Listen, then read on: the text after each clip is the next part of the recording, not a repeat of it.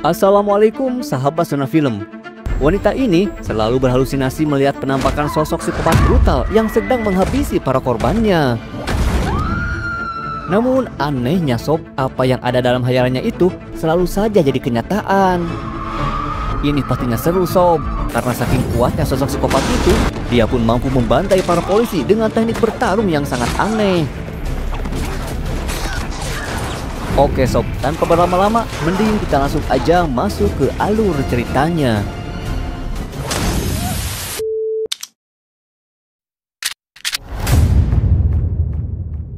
Film pun dimulai dengan memperlihatkan sebuah rumah sakit penelitian yang dinamai Rumah Sakit Simeon, di mana saat itu tepatnya di tahun 1993, seorang dokter bernama Florence Weaver sedang mendokumentasikan hasil penelitiannya terkait seorang pasien bernama Gabriel yang tumbuh semakin kuat dan sulit dikendalikan. Not only is Gabriel getting stronger, we will no longer be able to contain him. Dan benar aja sob, saat itu Gabriel sedang mengamuk hingga para petugas medis pun dibuat kewalahan karena si Gabriel ini tidak mempan dengan sengatan listrik dan justru dia sendirilah yang kini mampu mengendalikan listrik dengan kekuatan otaknya hingga semua mesin peralatan medis pun ada di bawah kendalinya.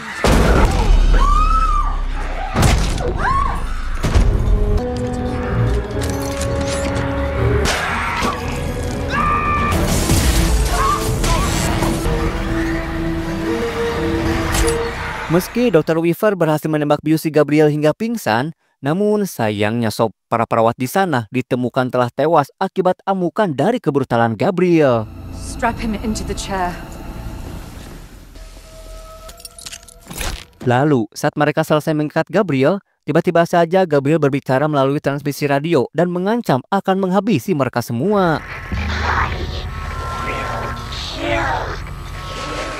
Mendengar itu, Dr. Weaver pun langsung memutuskan untuk memotong kanker Gabriel. We cut out the cancer. Kemudian scene pun berpindah ke masa sekarang, di mana saat itu seorang wanita hamil bernama Madison baru saja tiba di rumah setelah bekerja seharian. Sementara suaminya yang bernama Derek terlihat sedang bersantai sambil asik menonton TV. Hey, I was watching that. Lalu saat Maddie mematikan TV-nya, Derek yang tak terima pun mengungkit-ungkit masalah kehamilan Maddie yang telah mengalami 3 kali keguguran. Dan saat Maddie mengatakan jika Derek lah penyebab dia keguguran, Are you saying this is my fault? Bitch! Oh baby, I'm so sorry. menyadari kesalahannya, Derek pun segera turun untuk mengambil kotak obat. Sementara Maddie yang merasa kecewa memilih untuk mengunci pintunya. Dan ternyata sob, kepala Maddie terlihat berdarah akibat benturan tadi. Lalu di malam harinya, Maddie pun tertidur dalam keadaan gelisah. Sementara Derek yang tidur di sofa terbangun karena mendengar suara blender yang menyala dari dalam dapur.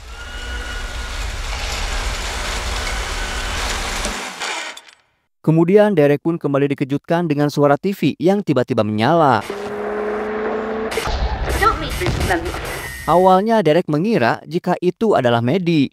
Namun saat menyalakan lampu, ternyata sob, tidak ada siapa-siapa di sana.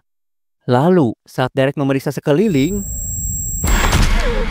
Maddie yang terbangun dengan meninggalkan noda darah di bantalnya terlihat sangat mencemaskan Derek hingga dia pun turun untuk mencari suaminya.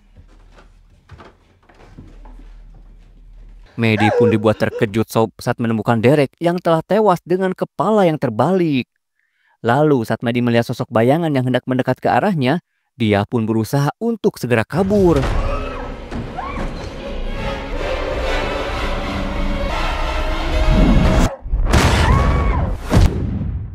Singkat cerita, para polisi pun telah berdatangan ke rumah Maddie atas laporan dari tetangganya. Kemudian seorang detektif bernama Shaw bersama rekannya yang bernama Regina mendapat laporan dari seorang petugas bernama Winnie yang menduga jika ini adalah kasus perampokan yang telah menewaskan sang suami dengan cara yang sangat mengenaskan. Sementara sang istri yang ditemukan tak sadarkan diri di dalam kamarnya kini telah dibawa ke rumah sakit. Where's the wife? Already at the hospital. We found her unconscious in the nursery. Lalu beberapa waktu kemudian, Maddie yang mulai tersadar di rumah sakit pun terlihat sedang ditemani oleh adiknya yang bernama Sydney. What happened? You're in a hospital. Where's Derek? Dan dengan berat hati sob, Sydney pun menjelaskan jika dalam insiden itu bukan hanya Derek yang tewas menjadi korban, tetapi bayi yang sedang dikandung Maddie pun tidak bisa diselamatkan. Mendengar itu, Maddie pun langsung menangis histeris.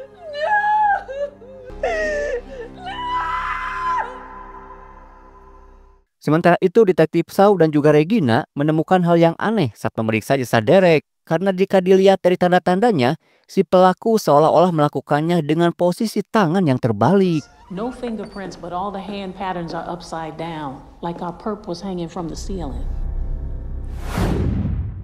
Lalu 2 minggu kemudian, Maddie yang sudah pulih pun kembali ke rumahnya dengan diantar oleh Sydney. Please let me stay with you for a few days. I can. Dan di malam harinya, saat Maddie selesai mandi, dia pun seperti melihat ada seseorang yang sedang berdiri di bawah lampu jalan dan hendak mendekat ke arahnya. Seketika itu, Maddie yang ketakutan pun langsung mengunci pintu dan menutup semua gorden jendela rumahnya.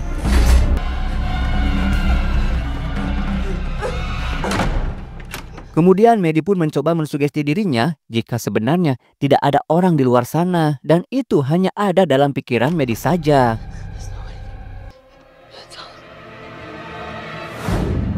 Lalu keesokan harinya, Sydney pun datang untuk menjenguk Maddie. Dan saat Sydney meminta Maddie agar tetap tegar meski sudah berkali-kali keguguran, Maddie pun menjelaskan jika alasannya ingin punya anak adalah karena Maddie ingin merasakan seperti apa bahagianya jika ia memiliki hubungan darah dengan seseorang. I wanted to know what it felt like to have a blood connection with a biological connection. Dan ternyata sob, Maddie bukanlah kakak kandung Sydney. Karena sebelum Sydney lahir, ibu kandung Sydney telah mengadopsi Maddie saat Maddie berusia 8 tahun. Sedangkan ibu kandung Maddie sendiri sudah meninggal saat dia melahirkan Maddie. Maddie, what are you talking about? Sydney, I'm adopted.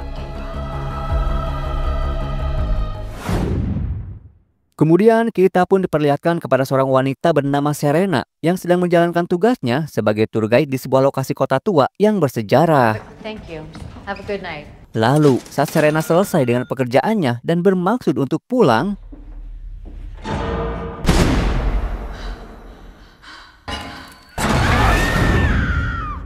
dan beberapa saat kemudian, Serena pun tersadar dalam keadaan terikat pada sebuah atap di sebuah ruangan.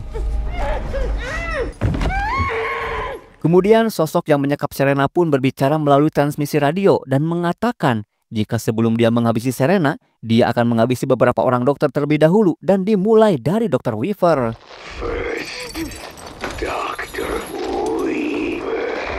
Sementara di rumahnya Dr. Weaver, dia pun mendapatkan telepon dari sosok tersebut yang mengatakan jika kini sudah saatnya untuk memotong kanker.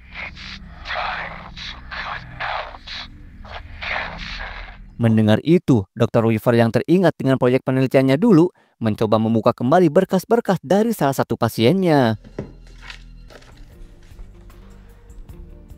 Sementara itu di rumahnya, Maddie yang hendak mencuci pakaian pun tiba-tiba saja merasakan nyeri di kepalanya disertai dengan berkedipnya semua lampu yang ada di rumahnya. Dan ternyata sob, kepala Maddie kembali berdarah. Lalu saat hendak memasukkan baju ke dalam mesin cuci, dia pun dikejutkan dengan kemunculan sosok Dr. Weaver yang entah bagaimana tiba-tiba saja ada di dalam rumahnya. Lalu keanehan pun terjadi saat Maddie tiba-tiba saja tidak bisa bergerak disertai dengan kemunculan sosok misterius yang langsung menyerang Dr. Weaver. Dan tiba-tiba aja sob, suasana rumah Maddie berubah menjadi rumahnya Dr. Weaver.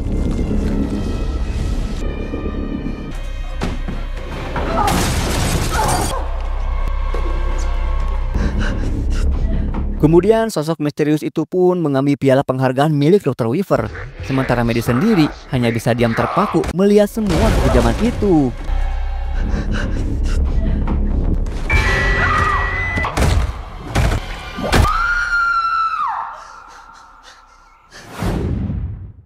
Singkat cerita, Detektif Shaw dan juga Regina terlihat sudah ada di rumahnya Dr. Weaver untuk menganalisa TKP. Dan di sana juga sudah ada petugas Sweeney yang berhasil menemukan barang bukti berupa sebuah piala yang dijadikan senjata oleh si pelaku. Namun sayangnya bagian atas piala itu sudah hilang. Lalu saat Detektif Shaw masuk ke ruang kerjanya Dr. Weaver, dia pun menemukan foto seorang anak perempuan dari salah satu berkas yang ada di sana. Kemudian Detektif Shaw pun meminta petugas untuk membawa semua berkas tersebut untuk dia selidiki. Sementara itu di ruangan tempat Serena disekap, terlihat sosok misterius itu sedang mengasah bagian atas piala Dr. Weaver untuk dijadikan semacam pisau yang akan dia gunakan sebagai senjata andalannya.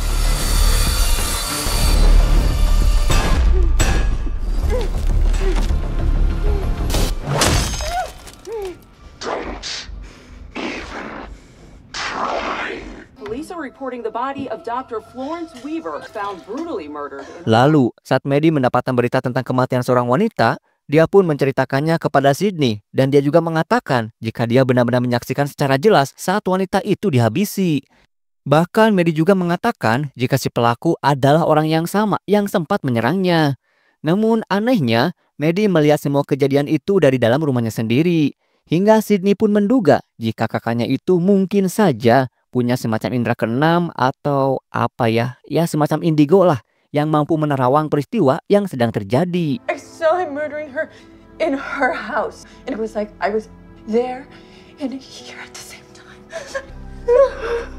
Sementara di kantor polisi, detektif Shaw yang sedang memeriksa berkas-berkas Dr. Weaver, dia pun meminta bantuan kepada salah satu petugas untuk merekonstruksi foto wajah gadis kecil agar dibuat menjadi 30 tahun lebih tua. Kemudian Sydney pun berpindah ke sebuah apartemen di mana salah satu rekan Dr. Weaver yang bernama Dr. Victor baru saja mendapat kabar tentang kematian Dr. Weaver yang tewas dihabisi seseorang. Who would kill her, John?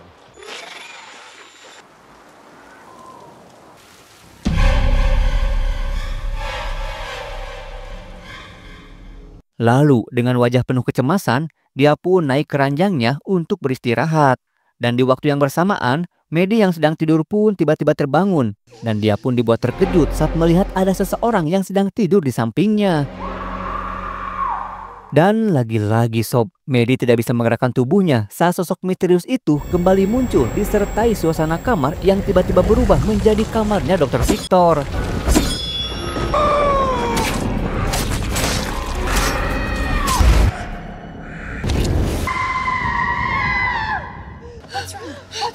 Kemudian Maddie pun menceritakan bahwa dirinya baru saja mendapat penglihatan tentang seorang pria tua yang tewas dihabisi sosok misterius. I saw him.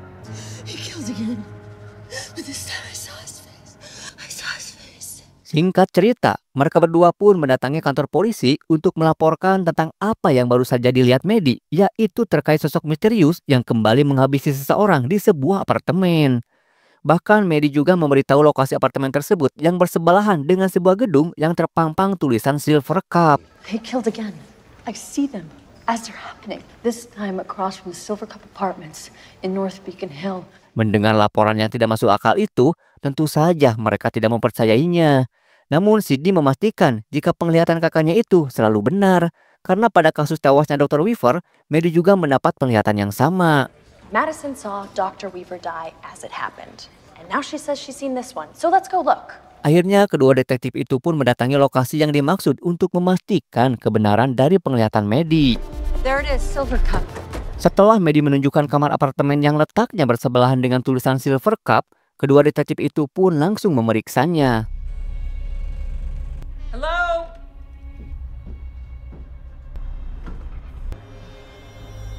Dan benar aja sob, mereka menemukan Dr. Victor yang sudah tewas secara mengenaskan.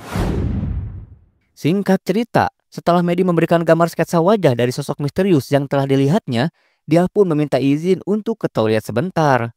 Dan saat di toilet, Maddie pun menerima telepon dari nomor tak dikenal yang memanggil Maddie dengan nama Emily. Lalu saat si penelpon itu mengancam jika dia akan menghabisi semua orang yang berhubungan dengan Maddie, dengan spontan, Maddie pun melarangnya dan memanggil si penelpon dengan sebutan Gabriel. Gabriel, no! Dan sepertinya sob, Gabriel ini adalah sosok yang sempat dikenal Maddie. Namun meski Maddie melupakannya, sepertinya ingatan tentang si Gabriel ini masih tersimpan di alam bawah sadarnya Maddie.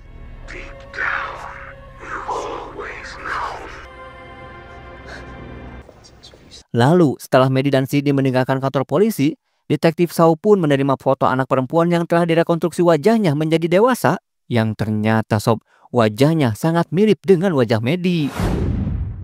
Kemudian Maddie dan Sydney pun terlihat mengunjungi ibu kandung Sydney, yang berarti dia adalah ibu asuh yang telah mengadopsi Maddie. Dan saat Maddie mempertanyakan tentang Gabriel, si ibu pun langsung memutarkan video rekaman saat Maddie berulang tahun. Kemudian ibu asuh Maddie pun menjelaskan jika Maddie selalu berbicara dengan sosok tak nampak yang Maddie panggil dengan nama Gabriel. Bahkan saat di malam pesta Natal, si ibu yang saat itu sedang mengandung Sydney sempat memergoki Maddie yang sedang berbicara dengan Gabriel melalui telepon mainan. Dan saat itu mereka mendengar jika Maddie melarang Gabriel untuk tidak menyakiti bayi yang sedang dikandung ibu asuhnya. Si ibu yang merasa jika sosok Gabriel ini sengaja diciptakan Maddie untuk menghilangkan penderitaan masa kecilnya, memutuskan untuk memberikan Maddie banyak cinta agar Maddie merasa bahagia dan tidak membutuhkan teman hayalan lagi. I always figured you created Gabriel so that you could survive that. We thought if we gave you enough love, you wouldn't need him anymore. Dan sepertinya Sob, upaya si ibu itu memang berhasil, hingga Maddie pun benar-benar bisa melupakan sosok Gabriel. Sementara itu di kantor polisi, Detektif Shaw menemukan beberapa flash disk dari salah satu berkas milik Dr. Weaver. Dan ternyata di dalamnya terdapat rekaman video Dr. Weaver yang sedang menjelaskan terkait anak bernama Emily yang mengaku sering mendapat bisikan jahat dari iblis. Karena itulah Dr. Weaver meminta bantuan dua temannya, yaitu Dr. Victor dan juga Dr. Gregory. I've contacted Dr. John Gregory, out at Hopkins, Dr. Victor Fields from the Los Angeles Children's Hospital, just to help determine a course of action. Lalu, saat melihat foto ketiga dokter itu, Detektif Shaw yang menyadari jika target selanjutnya adalah Dr. Gregory, langsung mencari alamat tempat tinggalnya dan segera meluncur saat itu juga. Sementara itu, Maddie yang sedang berada di kamar mandi kembali merasakan keanehan saat dirinya tiba-tiba saja berada di dalam kamar mandi Dr. Gregory disertai dengan kemunculan sosok misterius. Dan di saat yang bersamaan, Detektif Shaw yang baru tiba di sana langsung memeriksa seisi ruangan. Namun sayangnya Sob, dia terlambat karena sang dokter sudah tewas di dalam bak mandinya. Sementara Maddie yang masih dalam mode penerawangannya mencoba memperingatkan sang detektif jika si pelaku masih ada di dalam sana. Detective! He's still here!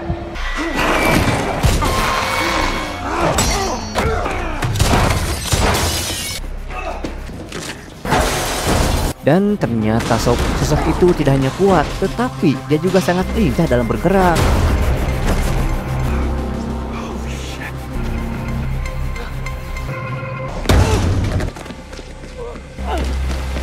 Namun anehnya Sob, pergerakan dari sosok itu terlihat janggal karena sepertinya dia bergerak dengan tubuh yang terbalik hingga terkesan jika dia seperti sedang berjalan mundur.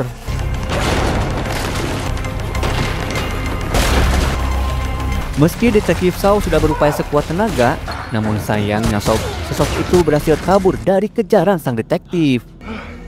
Lalu keesokan harinya, Detektif Shaw dan juga Regina menemui Maddie untuk menjelaskan hasil investigasinya terkait hubungan Maddie dengan ketiga korban yang telah dihabisi oleh sosok misterius. Jadi Sob, 28 tahun yang lalu ketika dokter itu pernah menangani seorang pasien anak bernama Emily yang diduga itu adalah Maddie sewaktu kecil. I think you were born Emily May. I'm sorry, it blanked before Sydney's parents adopted me. Dan karena Maddie sama sekali tidak mengingat masa kecilnya, akhirnya mereka pun mendatangkan seorang psikiater untuk membuka kembali kenangan masa lalu Maddie dengan metode hipnoterapi. Lalu, saat Maddie berhasil masuk ke alam bawah sadarnya, dia pun mulai mengingat jika sosok Gabriel telah mengikutinya saat dia pindah ke rumah baru untuk diadopsi oleh keluarga Sydney. Maddie juga mengatakan jika Gabriel selalu saja memaksanya untuk berbuat buruk. Hingga pada suatu malam, dia pun disuruh Gabriel untuk memotong sebuah kue. Namun ternyata itu semua hanyalah trik manipulasi Gabriel untuk melenyapkan Sydney yang masih ada dalam kandungan. Madison!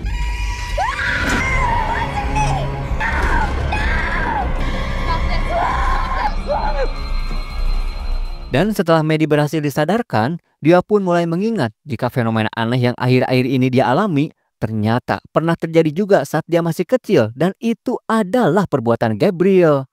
Dan alasan Gabriel ingin melenyapkan Sydney adalah karena dia takut jika Sydney lahir, maka Maddie akan punya teman dan akan melupakan Gabriel. Karena itulah Maddie menyimpulkan jika pelaku yang telah menghabisi para dokter itu adalah sosok Gabriel. The killer said he was Gabriel. My Gabriel. Mendengar itu, Regina pun merasa aneh karena bagaimana mungkin teman hayalan yang sebenarnya tidak pernah ada di dunia nyata bisa menghabisi nyawa seseorang. Sementara itu di saat yang bersamaan, Serena yang masih disekap di sebuah ruangan terlihat sedang berusaha melepaskan diri. Lalu saat dia berhasil melepaskan semua ikatannya, Ternyata sob, selama ini Serena disekap di lantai paling atas di dalam rumahnya Maddie. Kemudian Maddie pun ditahan atas tuduhan telah melakukan penyekapan. Lalu beberapa saat kemudian, petugas Winnie menemukan bagian atas piala Dr. Weaver yang telah berbentuk seperti pisau di dalam rumahnya Maddie. Hingga mereka pun meyakini jika Maddie lah pelaku yang telah menghabisi ketiga dokter tersebut. Lalu saat Maddie diinterogasi, dia pun bersikeras jika itu adalah perbuatan Gabriel. Dan saat Regina terus menekan Maddie, Stop lying. kemudian detektif Shaw pun mendapat panggilan dari nomor tak dikenal yang ternyata itu adalah Gabriel yang memaksa agar semua barangnya dikembalikan. Gabriel juga menegaskan jika dialah pelaku sebenarnya yang sengaja membuat sarang di atas rumahnya Maddie. Namun yang tak masuk akal, si Gabriel ini malah mengaku jika dia adalah bagian dari imajinasinya Maddie. I'm a figment of her imagination. Sementara itu, Sydney terlihat sedang mendatangi rumah sakit tempat Maddie dirawat dulu. Yang ternyata rumah sakit itu sudah terbengkalai dan telah ditutup semenjak 20 tahun yang lalu.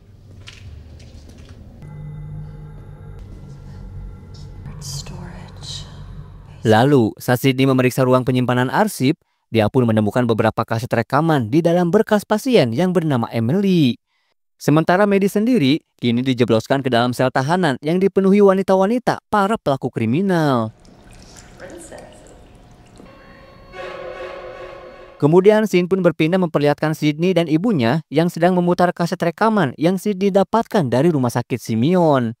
Dan dari sinilah kita bisa mengetahui jika Serena adalah ibu kandung Maddie. Jadi sob, saat berusia 14 tahun, Serena pernah diperkaos oleh beberapa orang hingga dia pun hamil. Dan saat melahirkan bayinya, dia pun memberinya nama Emily. Namun karena Serena yang saat itu masih remaja, merasa belum sanggup untuk membesarkan anak. Terlebih, Emily diketahui mengalami kelainan. Hingga dia pun memutuskan untuk menyerahkannya ke rumah sakit Simeon. 15 years of age, poor girl was raped and carried her pregnancy to term. She's decided to entrust her children to our care. I don't know what else to do, Doctor. Please look after Emily.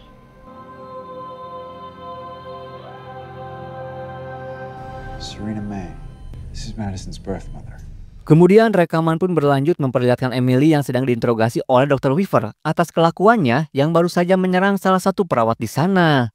Namun Emily menjawab jika pelakunya adalah Gabriel.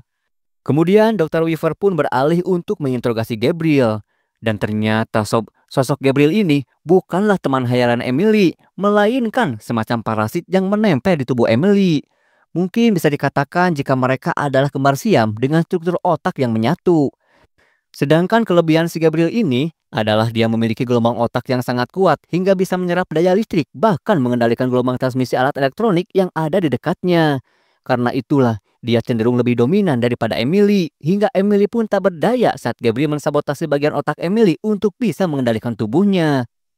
Dan karena Gabriel ini selalu bersikap agresif dan sulit dikendalikan, akhirnya Dr. Weaver pun memutuskan untuk membuang Gabriel dari tubuh Emily. Namun karena otak mereka menyatu, Dr. Weaver pun tak bisa membuang semua bagian otak milik Gabriel, karena itu akan menewaskan Emily. Akhirnya Dr. Weaver pun terpaksa memasukkan kembali bagian otak milik Gabriel dan berharap jika nantinya Gabriel akan hilang dengan sendirinya. Namun ternyata si Gabriel ini tidak benar-benar hilang. Ya meski kekuatannya tidak seagresif dulu, namun Gabriel punya kemampuan untuk memanipulasi Emily. Karena itulah saat Emily kecil sering berkomunikasi dengan Gabriel seolah-olah dia punya teman hayalan sendiri. Dan setelah Sydney lahir, Emily pun tidak merasa kesepian lagi hingga sosok Gabriel benar-benar telah dilupakannya dan seolah-olah Gabriel telah dibuat tidur oleh Emily dalam waktu yang lama. Hingga akhirnya Gabriel pun kembali terbangun saat kepala Maddie dibenturkan oleh suaminya. Dan semenjak itulah Gabriel membrutal membantai para dokter yang telah membuangnya dengan membajak tubuh Maddie dan memanipulasi pikirannya. Like a parasite, Gabriel feeds off Emily. Sementara itu di dalam penjara, Maddie pun terlihat sedang diganggu oleh tahanan lainnya.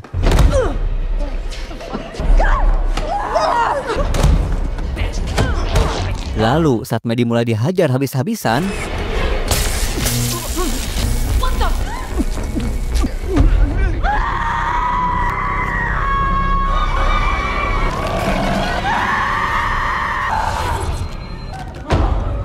Dan saat Gabriel kembali bangkit dan menguasai tubuh Maddie, maka inilah yang terjadi.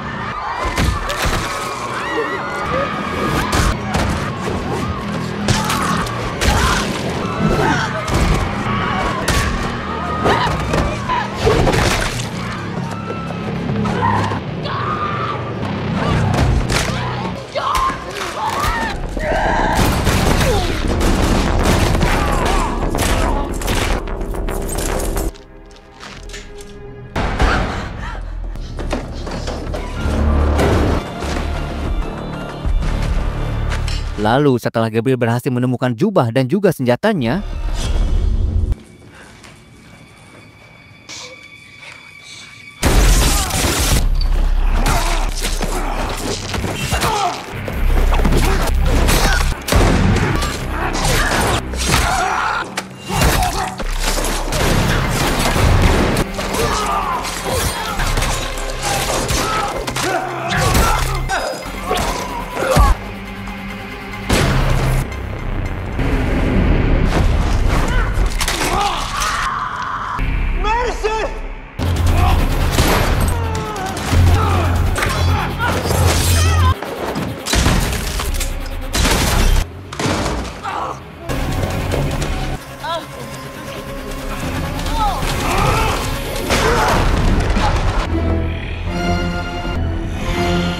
setelah menghabisi semua polisi yang ada di sana, Gabriel pun langsung kabur meninggalkan tempat tersebut. Sementara itu petugas Winnie yang sedari tadi bersembunyi segera menghubungi petugas medis untuk mengobati detektif Shaw dan juga Regina yang berhasil selamat. Namun karena Regina meyakini jika Gabriel akan menuju rumah sakit tempat Serena dirawat, akhirnya dia pun meminta detektif Shaw untuk segera menyusul ke sana. Sementara itu Sydney yang sudah mengetahui semuanya langsung mendatangi rumah sakit untuk menjaga Serena. Sorry, ma'am, this area is restricted. Namun saat dia dihadang petugas penjaga,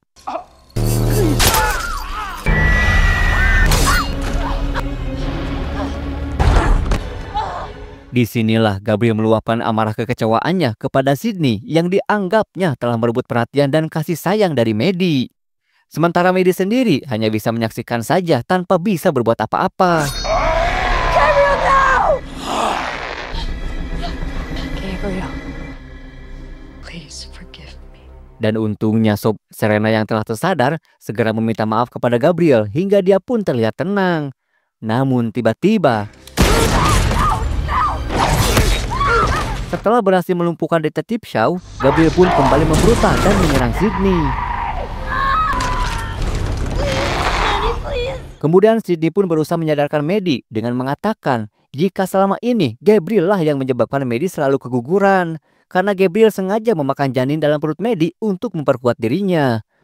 Mendengar itu, dengan penuh emosi, Maddie pun berusaha untuk bisa mengambil alih tubuhnya kembali. Dan inilah yang terjadi. Gabriel, no!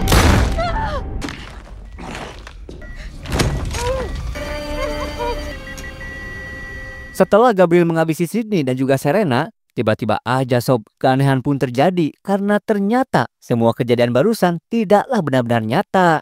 Karena kini Maddie telah berhasil memanipulasi balik pikiran Gabriel dengan melakukan trik yang sama yang selama ini Gabriel lakukan kepadanya.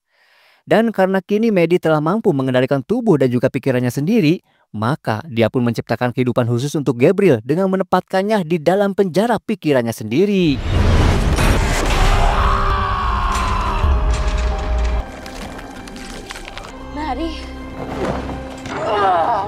Dan setelah menyelamatkan Sydney, Maddie pun menegaskan jika kini dia sudah tidak membutuhkan hubungan pertalian darah lagi. Karena baginya, Sydney adalah adik terbaik yang selalu ada di saat Maddie sedang kesulitan. Blood or not, you will always be my sister. Lalu, apakah Maddie akan menanggung hukuman atas perbuatan jahat Gabriel yang telah membantai para polisi dan juga korban lainnya? Entahlah Sob, tapi yang pasti hubungan antara Maddie dan juga Gabriel seolah mengingatkan kita jika sebenarnya kita juga memiliki sosok jahat dalam diri kita masing-masing seperti si Gabriel ini. Dan itu adalah nafsu kita sendiri. Seperti yang difirmankan oleh Allah dalam Quran Surat Asy-Syams ayat 8, maka dia mengilhamkan kepadanya jalan kejahatan dan jalan ketakwaan. Jadi layaknya Gabriel yang tidak bisa dibuang dari tubuh Maddie, Begitupun nafsu kita yang tak mungkin bisa dihilangkan karena memang menyatu dalam diri kita.